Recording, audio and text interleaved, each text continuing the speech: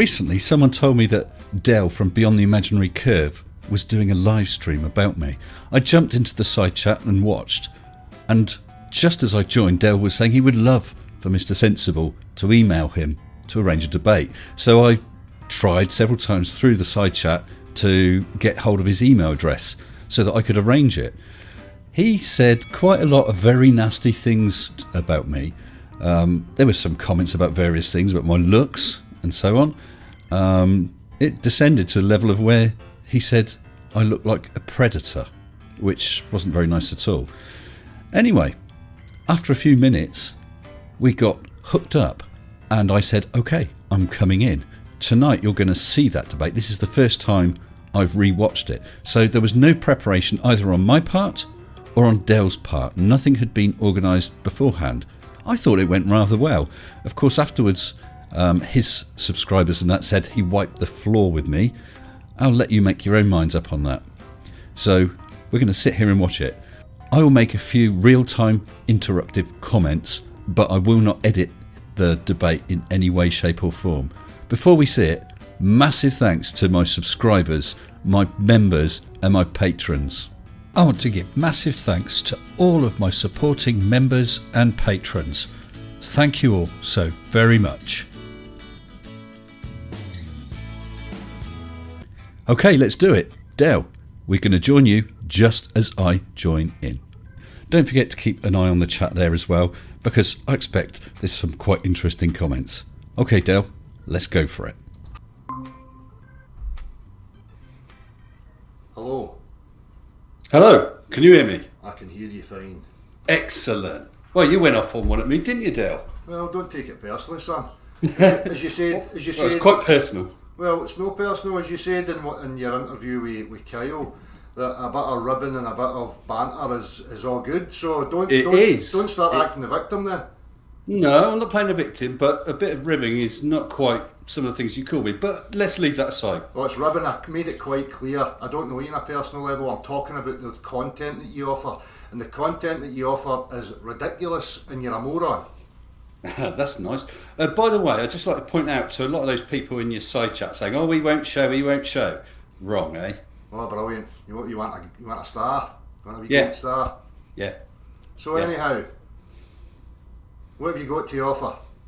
Well, I'm not sure what it is you're asking, because like I said, I came in partway through your stream, and obviously it's a stream about me, and then you showed a very old video of mine where, I was taking the mickey out of your Mickey Take experiment, because like you said, it was tongue-in-cheek. You were dressed up all silly, and that's fine. I don't have a problem with that. And that's right. So let's look at... I was just taking the mick out of that. Well, let's look at the content of it. We could start on other grounds, but let's just look at the content of that first. What's your issue with the demonstration of a substance in a practical fashion? This is the tank thing. How long ago was that? Because I could barely remember. It's not about the tank. It's about the substance known as water, and a direct test and a display of the behaviour of the substance. What is it that you have issue with in that regard? I'll just interrupt for a second. This was a test, an experiment that Dell did, where he had a small fish tank, and he'd marked on the edge of the tank with a marker pen the level of the water, because he was trying to prove it was flat. The reason the experiment is a joke is there will be curvature, but over the length of a small fish tank, let's say 50 centimetres long, with a marker pen, you're not going to be able to measure any curvature. The width of a marker pen line is going to be way, way bigger than any curvature. But we'll let him carry on. Well, I can't remember what it was you were... were you trying to prove that water was level in that one, weren't you? Does water... water is flat. It's addressing the claim. Let's start from the statement that you made on Kyle Adams. It's my position that I start from my experience of reality, right? And that's the only sensible grounds to stand from, right? How I experience reality. Now it's up to anybody else that wants to tell me something contrary to my experience, right? So my experience is that standing bodies of water in general, has no form, can only take the shape of the container, forms a free horizontal surface denoted as a plane, that being level, no deviation in elevation from any point, but it's not flat. From any point on the surface of the plane to any other given point, there is no deviation in elevation. What's your problem with that? There is no deviation in elevation. Absolutely right. On a But globe, it's not. But it's not flat. On a globe, there is a deviation in elevation from one point to any other given point. No, it isn't. Listen to what I'm saying to you. From any given point to any other given point upon the surface of the plane, there is a deviation in elevation on a globe Earth. No, there isn't. Look, son, how can you even state that? Okay. So example. listen, if I take the globe Earth, right, if I take the globe Earth and I have one point, a marker point, and that's my starting point, and I now move from that point, relative to that point, the other points must be at a lower elevation. No. Explain. He obviously does not get it. He's befuddled with my comment. Obviously, he believes there is a top to the globe, and anything away from that top is down. Right, I can explain. Take a ball, okay, diameter, let's say 20 centimetres. So every point of that ball is 10 centimetres from the centre of the ball. And you paint all around that ball. That paint is exactly 10 centimetres from the centre of the ball, all the way round. It is flat, sorry, not flat, it is level across the ball, but it is not flat. It has no elevation. This is why I said listen to what I'm saying. What you've just done is given your worldview's definition of level. Okay? Now what the definition of level is, though. No, it's not. That's a mathematical definition. Show me that applied in the real world, where level is a curve. I can show you where it applies in the real world, where level is a curve and it's water. Where? Tow tanks. Tow tanks? Yeah, you know the long tanks where they used to pull along model boats to test them for how they handle tow tanks that are constructed using Euclidean principles and all construction principles were accounting for a curve. They are accounting for the curve of Where is the engineering blueprints that uses spherical geometry in order to construct this tank? Have a look at Southampton University's tow tank. I'm not interested in words. I've looked at it. I am addressing it. It's 158 metres long, if I recall. This is why it descends into this, because you don't react and respond to what's being asked of you. Where are the engineers? Listen. You asked me a question. When I tried to answer it, you tried to talk over me. That's why I suggested. Because you're not answering. I'm asking you for the engineering blueprints that show the construction methods that utilise spherical geometry. And just to be clear, a tank is a tank. The curve is on the rails above. When they're fitted, they're probably pretty flat. They're adjusted out of flat into curve. So since we're talking about a tank, I think about 158 metres long, and the sagittal of the curve is 0.6 millimetres, this is not going to be in any blueprints. They don't need to. All they'll have in the blueprints is rail with adjustability. I do not have blueprints. What I have is a description that is on the Southampton University website where they describe their tank. I think it's 138 or 158 metres long. There are rails down each side for the gantry to run on, and those rails have to be curved to maintain an equal distance above the surface of the water, because that's the curve of the Earth. They curve by about 0.6 millimetres over that 150 odd metres. So what I've asked for is engineering blueprints that show the actual construction of this thing.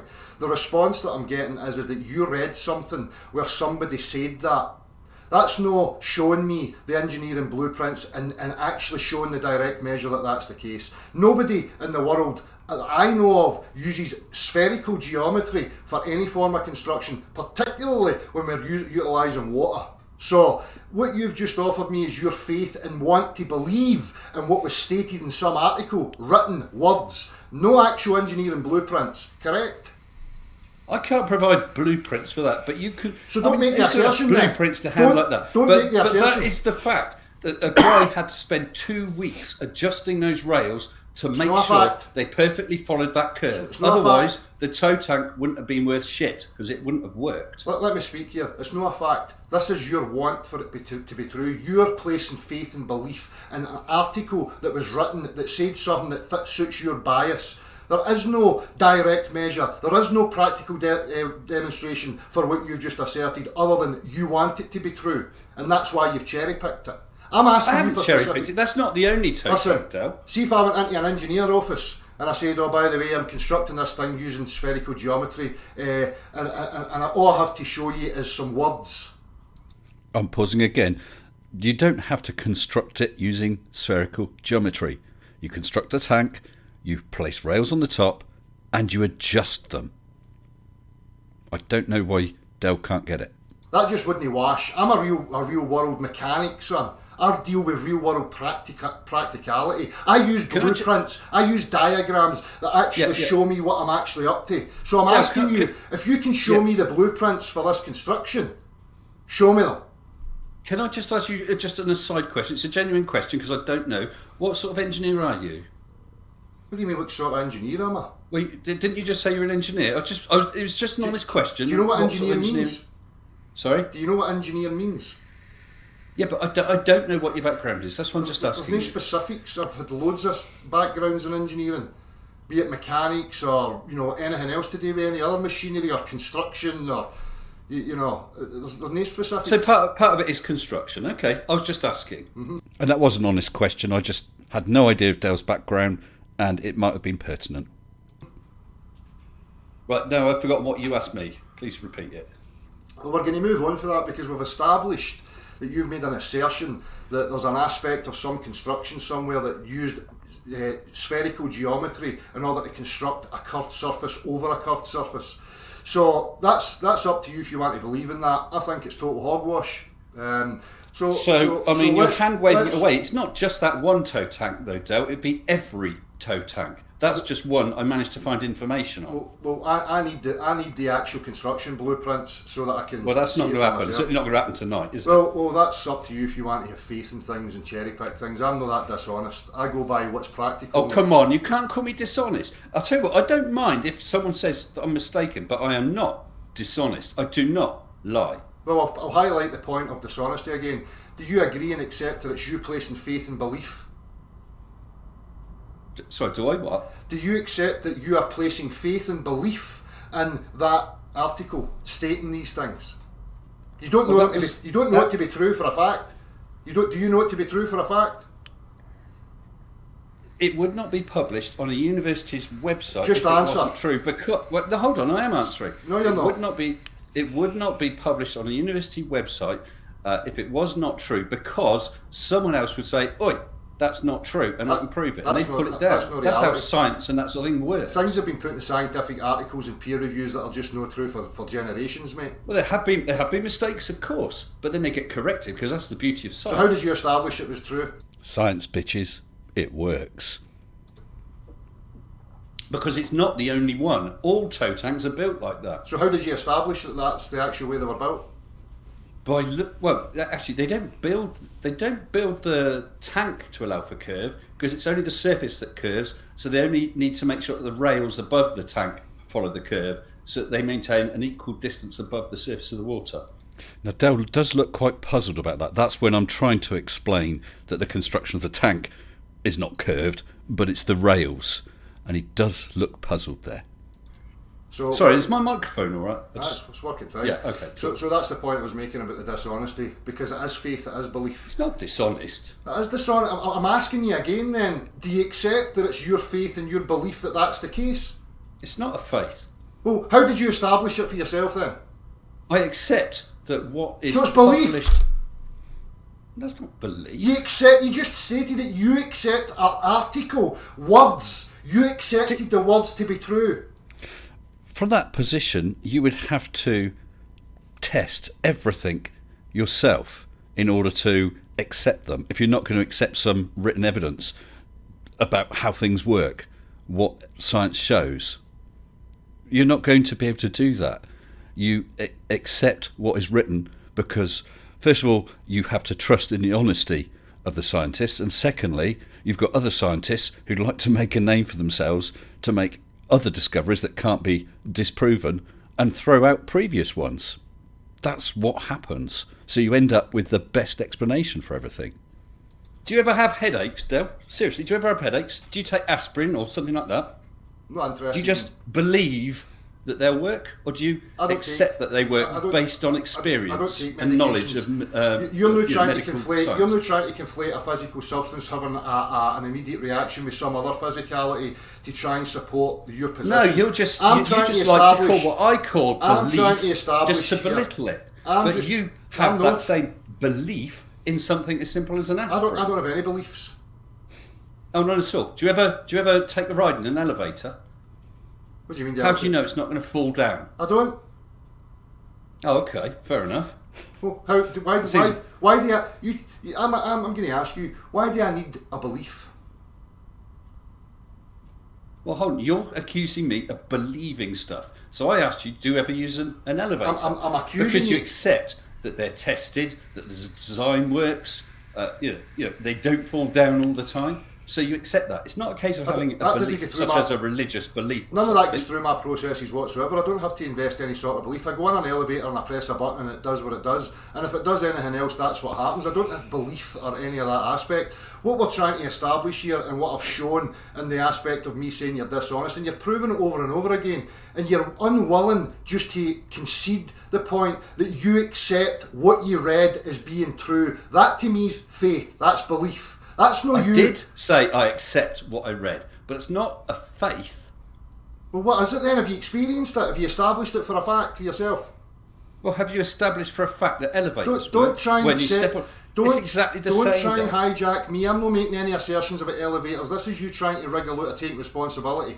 No, it's you trying to accuse me of something when, if that was an accusation, it could be levelled equally to you. Sauce for the goose. No, and you don't like that. Because it's based on what we're talking about and what you've offered up here, and I'm trying to get to the nitty-gritty of that, and you don't want to accept it. So, you made the assertion that this thing was built with curvature. I asked you to demonstrate how you know that to be the case. You have offered me nothing.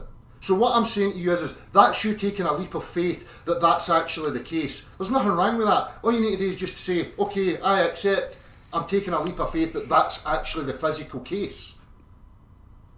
But I'm not taking a leap of faith. How did you establish? There are details about how they're designed, and it depends on the orientation of the tank. You know, north, south, east, west, and what angle, and so on. How far north or south you are, because that all affects the curvature.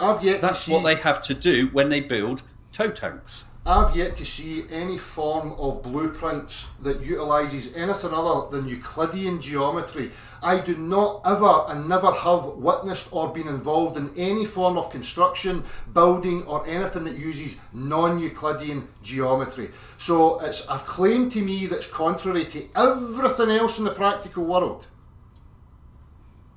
So let's just get back again, and we're probably not going to get the concession, but I think it's been established.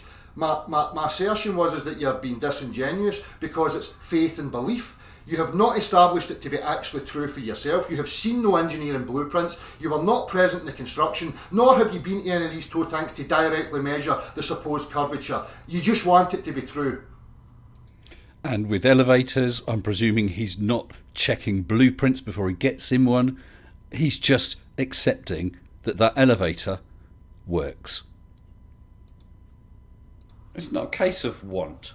Well, what is it then? Okay, look at it this way then, Dale. Listen, I'm telling you, I don't know what you're saying. I'm going to tell you, right, what you've said to me is something that you've stated. Now, I don't know if that's true. I'm sitting here admitting, I don't know. I would have to investigate that. I would have to actually see this, see the blueprints, have the direct measure, and then I can accept it. That's me being honest.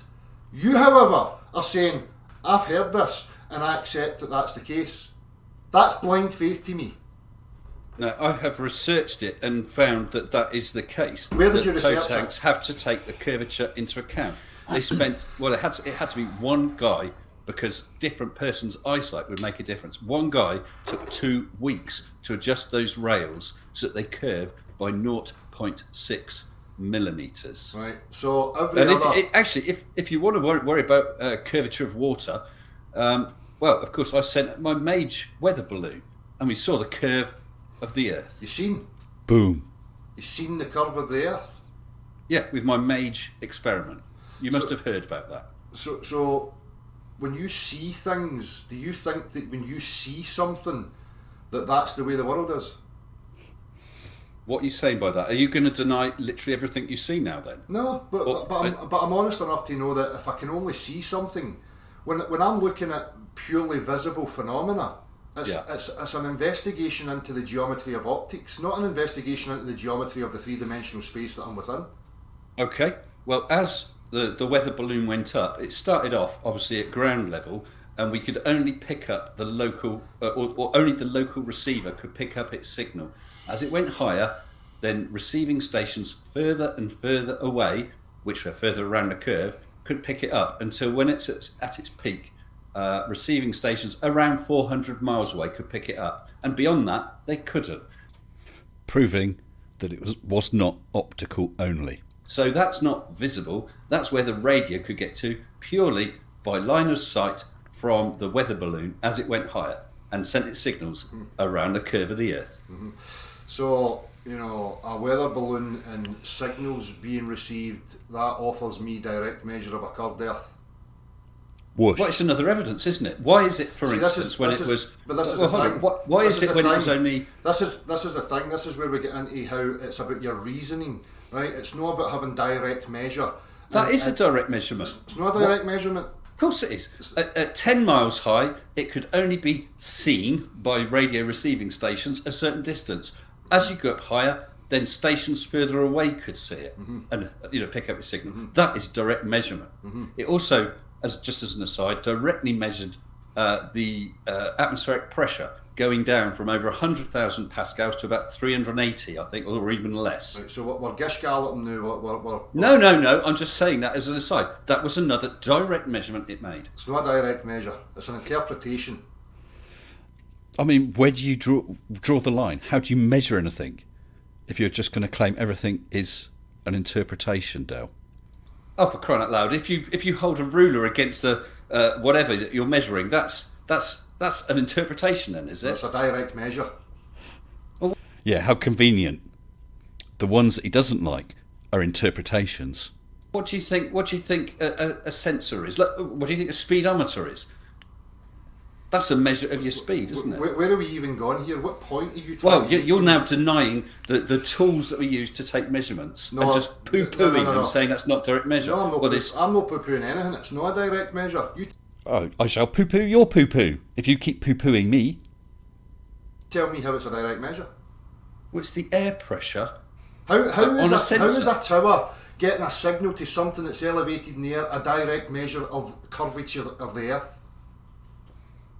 Because if it's too far away, it can't see it. It's around the curve. When you go up higher, just like if you were holding a ball in front of your face, when you move it further away, you can see that bit further around it. That's exactly what it is. It's got nothing to do with the density of the air reducing as you go up and less resistance. No, of course not. Of course not. Unless you...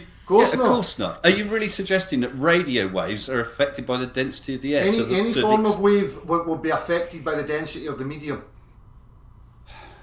We're talking about an electromagnetic wave. See, give you an example of this. See if I was to speak to you at this level right now and then we were to go submersed in water, you would hardly be able to hear me. Do you know why? I'm waiting. Because the density of the medium's now increased. Therefore, there's more resistance on the wave getting to your ear hole. You do realise that sound travels faster through water. Boom. Does it? Yes, it does. Right. Well, vice versa. So when you change the medium, you have a different effect. Vice versa. Well, you have a different effect. If you just admitted it, when you change the density of the medium, you're getting a different effect. Okay, if you Anyhow, were to take that, let's if get you were back. to take that as Let's an come argument, back. Let's come back because no, we're running no. You just said about no. the density. If you're saying that the density would affect it, okay, let's run with that. So it affects the signal in some way. I don't know exactly what. Maybe it pushes it frequency up or down or slows it down or something. But you'd still get it. The point is, you get signal. Oh, I'm too far away. I'll get no signal. Mm-hmm. It's line of sight. Simple as. And this somehow means the Earth's a globe now. I just don't think he can envision the 3D aspect. The fact that the higher the probe is, the further around the curve that probe can be seen, and its radio signals picked up. Well, it means you've got to explain why you can only It's see not the up to me. signal certain distances Listen, when it's at You're certain the one heights. that brought it to the table. You're the one that has to show us how you get direct measure of the curvature of the Earth and bendy oceans from radio signals. No, Del, you're the one who has to debunk that. I provided an evidence. You need to prove or disprove that evidence. Your move. No, I didn't say you can get the What measurements about of the signals of the that go across oceans? What about the first communication signals? I suppose Yeah, they sorry. were bouncing off of some imaginary, curve up in the air. Well, there is ionosphere, but I'll see. I'm honest. I don't know so much about those early signals. Well, it's something that They did. contradicts your belief. Why do you Because- think they have radio towers? They have towers to get as much height so they can broadcast that signal further. That's- Hell, if they had the tower I'll help as you. tall as the Mage weather balloon, I'll they'd help be you able with to that. broadcast 400 miles. I'll help you with that. There's a thing called topography. There's a thing, this is why the transmission towers at Bathgate here in Scotland are at one of the highest points of the land, so that there is no interference from the topography surrounding. Topography does come into it, yes. Yes. Topography does come Yes. into it. Well, there you but go it's then. not the only reason. And if you're going to build a tower, you may as well build it at the highest point. That's extra distance for free. There you go then. So let's get back to the water thing again and construction principles. Well, I told you I'm not going to be able to give you blueprints of that. Firstly, they may not be available. And secondly, I certainly wouldn't have them here to give you right here and now. Is there any other construction? What about these people who make true scale models so that they can assess flood prevention? So they'll create like true scale models of a certain area of land and topography Here we're going to get into a problem with scale. so that they can then assess how to deal with flood prevention.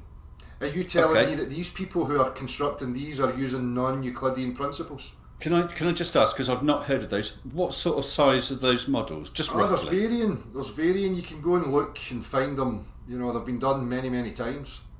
Yeah, I'm not denying it. I'm asking, just are we talking about a couple meters long, 10 meters long? Oh, What there's sort of- varying scales. Okay, but I mean, even if it was tow tank size scale, that one I mentioned, we're talking about a 150 meter long tank has a 0.6 millimeter curve. So I would suspect that your flood model, it wouldn't even come into it. So It's minuscule. let me add to that then. And I'm gonna lend you the possibility that that's correct, right? So I have a friend who is he's a high end structural engineer. Now, in their equations for assessing structures, they have a principle of a vector. Be interesting to know if Dell tells his construction engineer about his flat earth beliefs, wouldn't it? I wonder how those conversations go.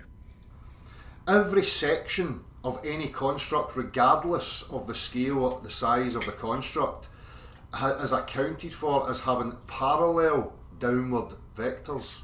Now, this guy Okay. builds high-end stuff. Right. So, is he wrong? So you're talking about being. Well, if your toe tank I'm not going to situation- get into an argument How- about how gravity, long- but basically you're talking about that at every point it points directly down. That's the vector you're talking about. Is every section has a parallel downward vector. You can't have that in a globe. Well, when you're talking about something like the Verrazano Narrows Bridge, the towers, each of those two towers is absolutely vertical, but they're further apart at the top than the bottom. Listen, there's a thing called build tolerance. There's a thing in construction called build tolerance. Yeah, but it's beyond. No, it's beyond. No, you're quite right. There's build tolerance, but it's beyond that. And even if that was the explanation, why is it that the build tolerance always has the error of that way and not that way? But also, if you're No. talking about Let's not skirt constructions, over. Let's not skirt over that, because this is brought up by global believers continually. It is what, the Verrazano impos- Narrows Bridge. It's constructions, tall towers like that. It's virtually impossible for us to have them precisely bang on plumb. There's build tolerance levels because they know this. They cannot manufacture and construct things at that height perfectly plumb. It's preposterous. So there is going to be discrepancies between the distances of the top and the bottoms of the towers. The principles of construction again, the blueprints, the engineering principles are Euclidean. So my friend who's the structural engineer, he give you example, there's certain constructs, I think it's in Germany or Russia, where the building blocks are something like a mile, just over a mile in length. These things were built using the very same principles as well. So every section of any one of these constructs is accounted for as having a parallel downward vector. You must be able to account for that to have shear stress values on certain parts of your construct. Now, if every downward vector was not parallel, that would be a massive problem for these guys that they would have to address and account for. So if I need to speak to my engineer friend and say Mr. Sensible said that it's just so slight that you don't need to bother with it, or you're lying, what have I to say to him? Well, for instance, with those Verrazano Narrows Bridge, each of the towers is vertical, so the stress is straight down. If they were leaning one way or the other, there would be stresses and strains, which would not be good for a suspension bridge. But they are further apart at the top and the bottom. However, I will give you that you do get, obviously, building tolerances. This is actually well outside that tolerance, but we can leave that aside. A surveyor can measure the zenith angle, i.e. the absolute vertical. If you have several surveying points, distances apart, those zenith angles are equal to over 180 degrees. Basically, they are vertical but not parallel. Boom. So structural engineers should now be accounting for these structures as not having parallel downward vectors then? Is that what you're saying? Because geodesic surveyors who don't directly measure anything, by the way, because that's what you're talking about. You're talking about geodesic surveying. You're not talking about land surveying, are you? Which is based again in optics. Based in optics where calculations are made, not direct measures. No, they're measuring with auto levels and things like that. That's land surveying. Yeah, well, so they survey, but they can establish verticals. Do you know the difference between geodesics and land surveying? Go on, enlighten me. I've just told you. One is a direct measure, utilising tools, Euclidean planar tools. The other one is an optical based one where calculations are made. Well, mathematical. One is mathematical, one is practical. Well, the surveyor can measure the absolute verticals and they are not parallel. Of course, because... I'll tell you what, if you want to see an example of that, and that's not just you, Dale, to anyone who's listening, it's not my channel, I've got no axe to grind, but check out a guy called The Main, as in M-A-I-N-E, The Main Surveyor, because he's got a video where he shows the verticals not being parallel. And I would thoroughly recommend that video. It's quite math heavy, but he explains it well enough for anyone to follow. I'm no mathematician, I could follow what he was doing. Tall vertical structures are never going to be parallel because built intolerance. It's a well-known established fact. Isn't it funny how they all tend to... I nearly used the word lean. They're not leaning, but isn't it funny how where the difference is that they're further apart at the top and not sometimes closer together at the top? Interesting. And if it was just build tolerances, sometimes they would be. Yeah, there's all varying aspects, and there is sometimes they're closer, sometimes they're further apart. It's all... Yeah, you know. All well, that would be terrible strains on it. But do you want to look? Here's the thing. The Great Pyramids. You know, when we talk about the Great Pyramids, it's known or talked about that the peak of the Great Pyramid is, you know, something like within a quarter of an inch of the centre of the base of the pyramid, which is you know spoken in great regard as an absolute miracle that would be the case. Right, because they know fine well in today's modern methods of construction, they're nowhere near that accurate. It's pretty much impossible. But anyway, let's move on. Yeah, just about. The pyramids. Yeah, absolutely amazing constructions. Before we move on, though, I'd just like to say I can stop maybe for 15 minutes at most. Okay, then I'm gonna have to go. That's no worries. Okay. So let's go back to the beginning. Your method of reasoning. I'm speaking to you as a man now, as an individual, right? And it's my direct experience that this is my starting point. Now it's up to you to convince me differently. That I've established from my experience that they are demonstrably a level plane.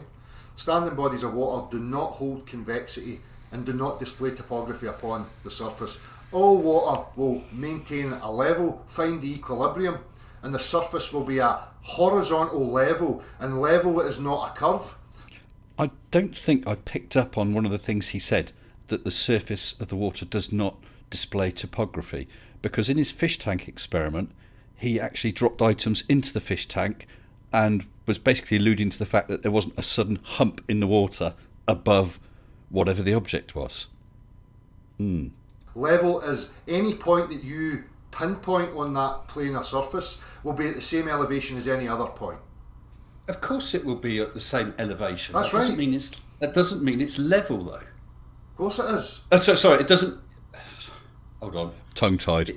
It's level, but yeah, I'm getting tangled with my words there, right? The surface of the water is level, but it's all the same elevation.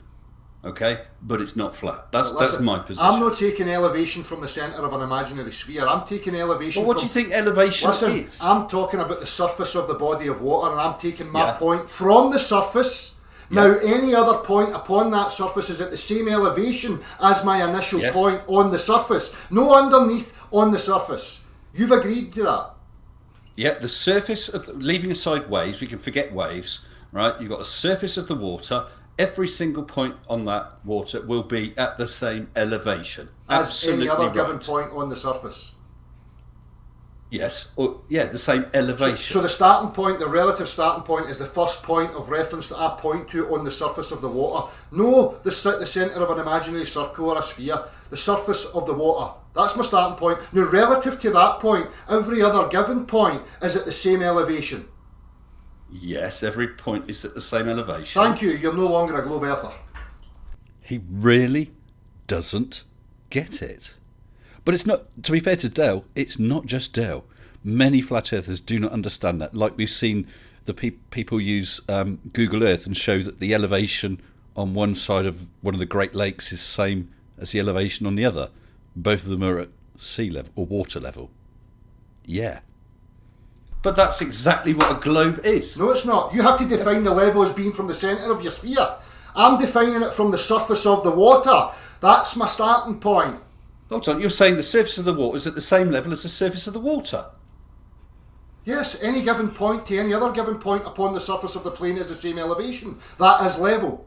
If you had if you had a plane, okay, and you covered it in water, you know, let's just assume for the sake of argument it's a flat Earth. You covered it in water, all across that water it would be absolutely the same elevation, and it would be flat. But if you have no flat level. Let me finish. You can disagree. If you have a ball Earth with gravitational attraction, every single point on that surface of the water is the same elevation, but it's curved. Right, because you're denoting it from the centre of your imaginary sphere. Well, you're denoting the elevation from the bottom of your imaginary flat plane. No, I'm denoting it from the surface of the water, the substance. Okay, right. We'll take a curve of water then. Denote it from the surface of the water. Every part of the surface of the water is the same height as the surface of the water.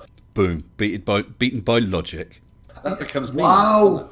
What, you don't even understand simple geometry, man. Are you telling me that if I've got a ball and I now put a point on that ball and I move somewhere else that it's at the same elevation relative to that one?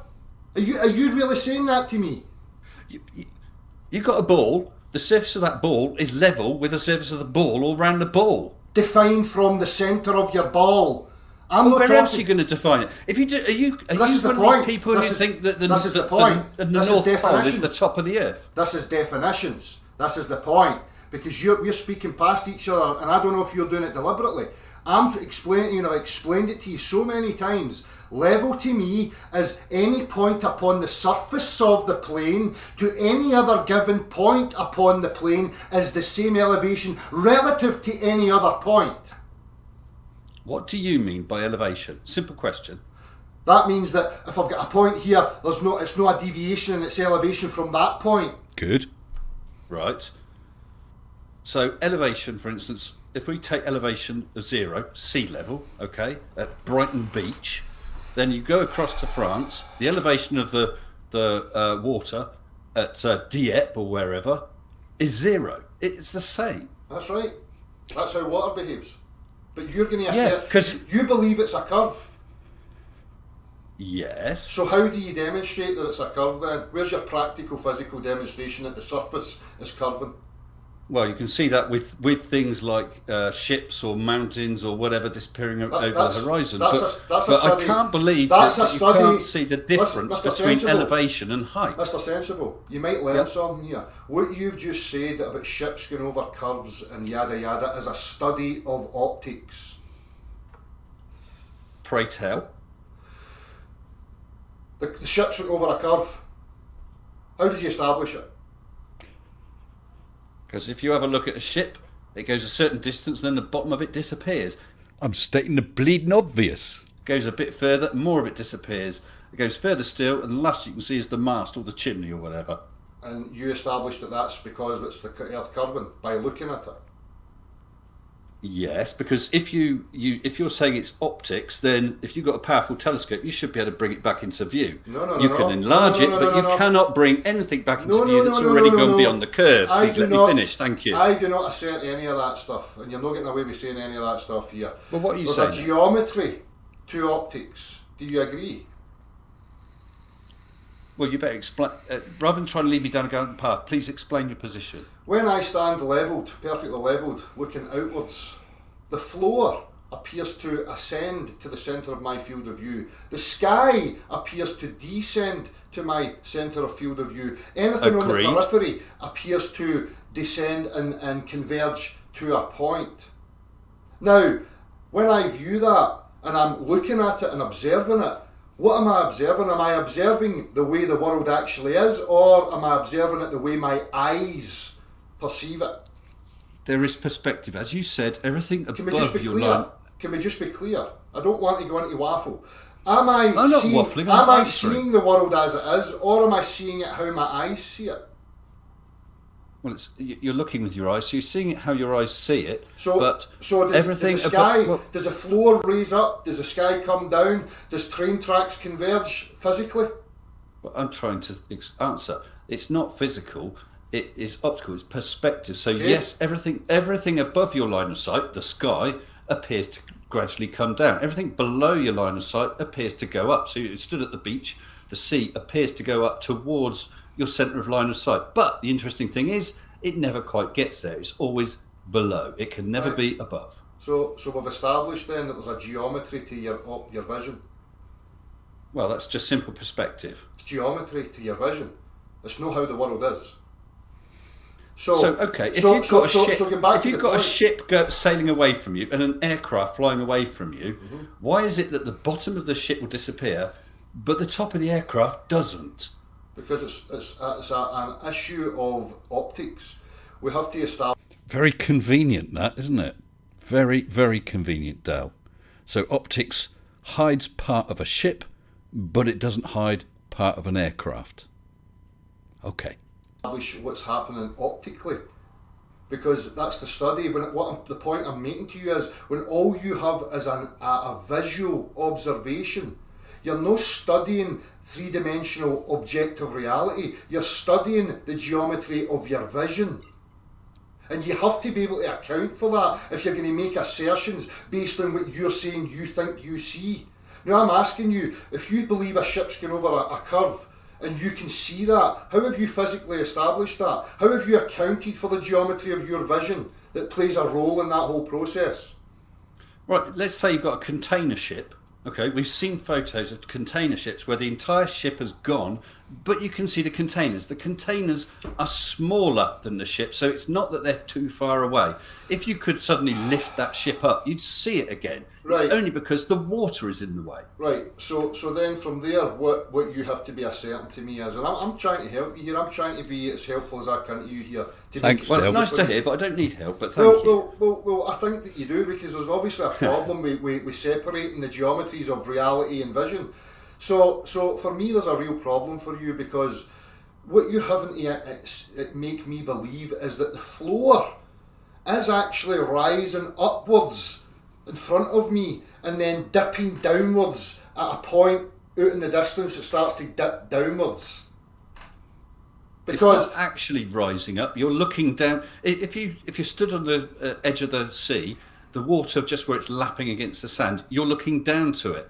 As you move further and further away, you're gradually lifting your eyes up towards the horizon thing. Now that looks to the naked eye as though it's absolutely at eye level, but it's not. It's actually a fraction lower. Of course, but it's too hard to tell. Of course, it's just lower. with naked eye. Do you know why the floor's always lower than the centre of your field of view?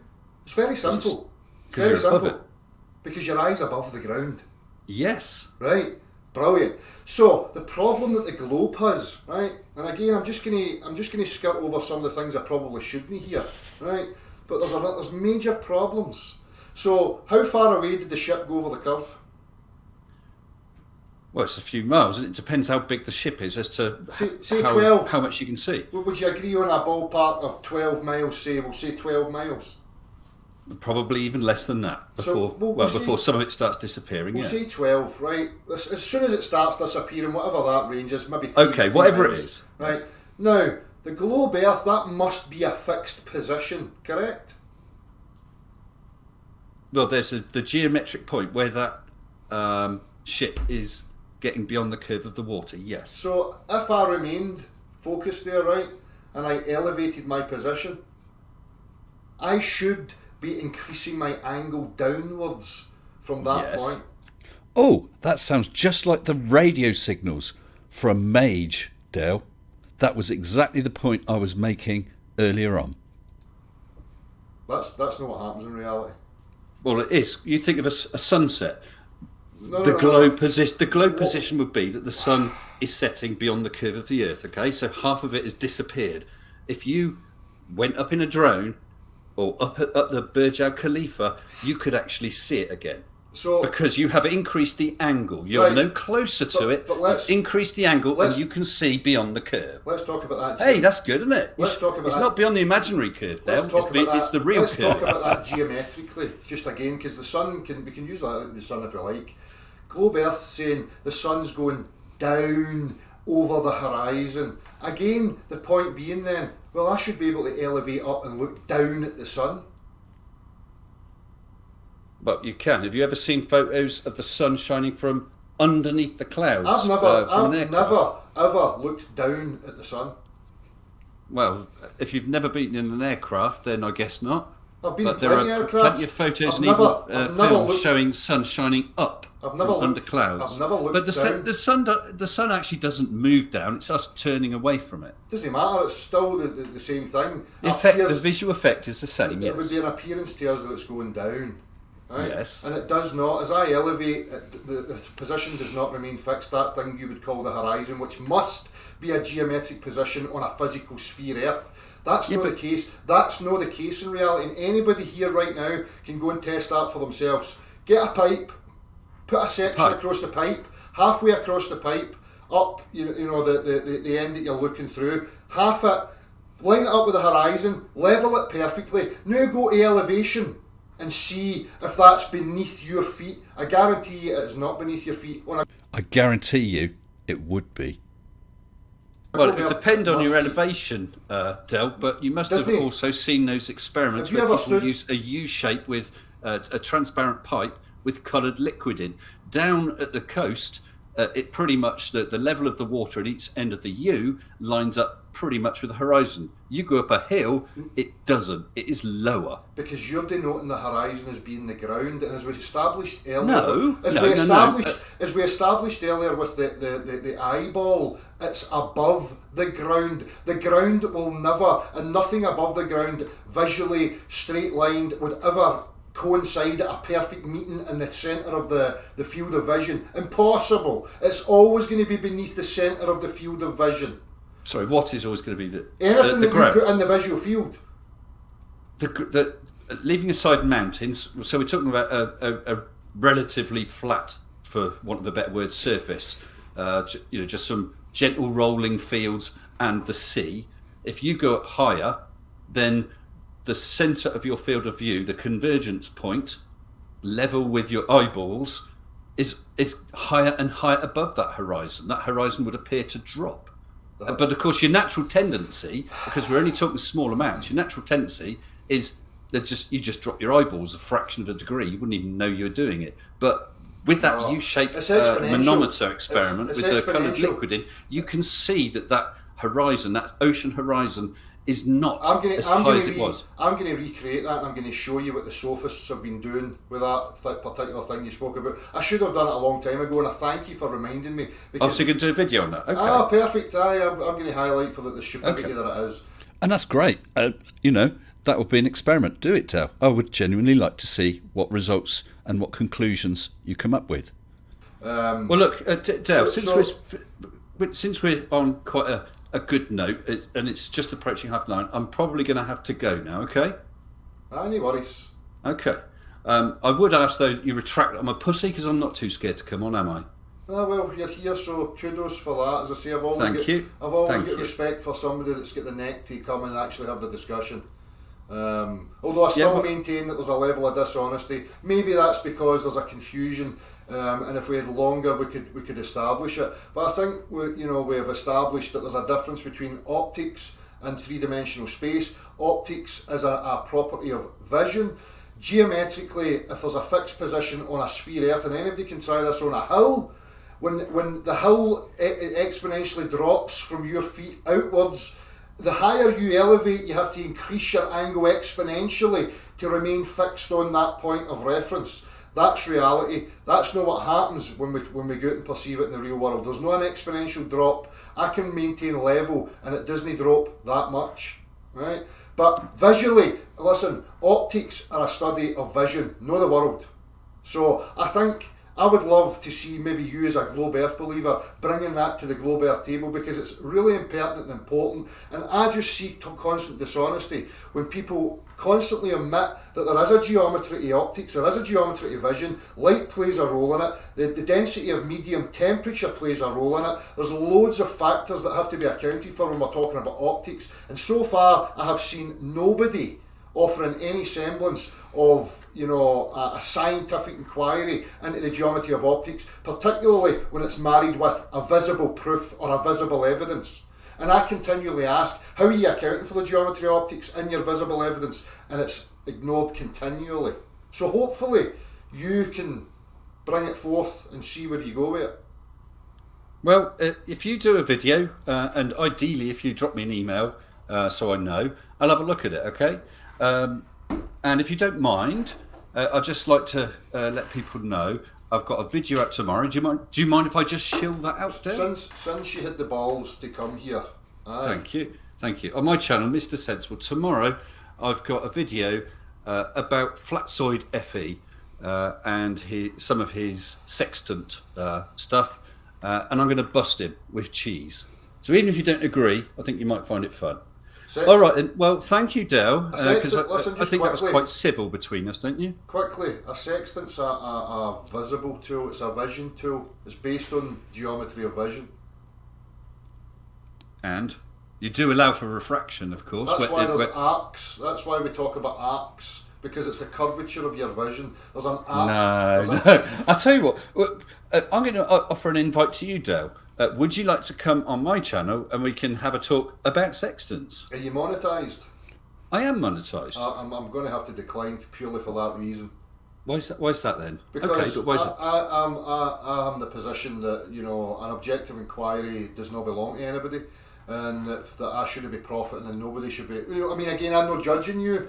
It's just my position that I don't agree with making money out of this type of thing, because it's not a product of my subjective. It's purely an objective inquiry, and it doesn't belong to anybody. Nobody has a right to market it or use it, utilise it. Well, I'm saying nobody has the right. Everybody has the right to do whatever the fuck they like. I just don't agree with it. So I'm not going to partake in, monetising this type of discussion. Okay, all right. Well, the offer is open, okay? The offer's for you to come here anytime you like on a free platform and have a discussion about anything you like. Well, I'm going to give you credit for something, Dale, because someone told me that you mute people, and you haven't muted me. No. So thank you for that. I only mute antagonists and people who are just trying to, heighten the aggression in the conversation. But I mean, I don't mind arguing. I don't mind when arguing gets heated, but I will argue honestly.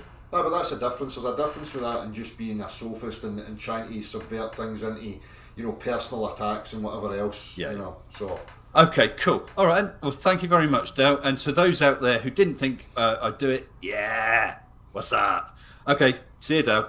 Cheers. Well, I must admit, Dale was very fair. I enjoyed that discussion. Yeah, it got a little bit heated at times, but nothing nasty at all. So yeah, big thanks, Dale. I appreciate that you allowed me on your channel, and I appreciate that you treated me fairly and with respect.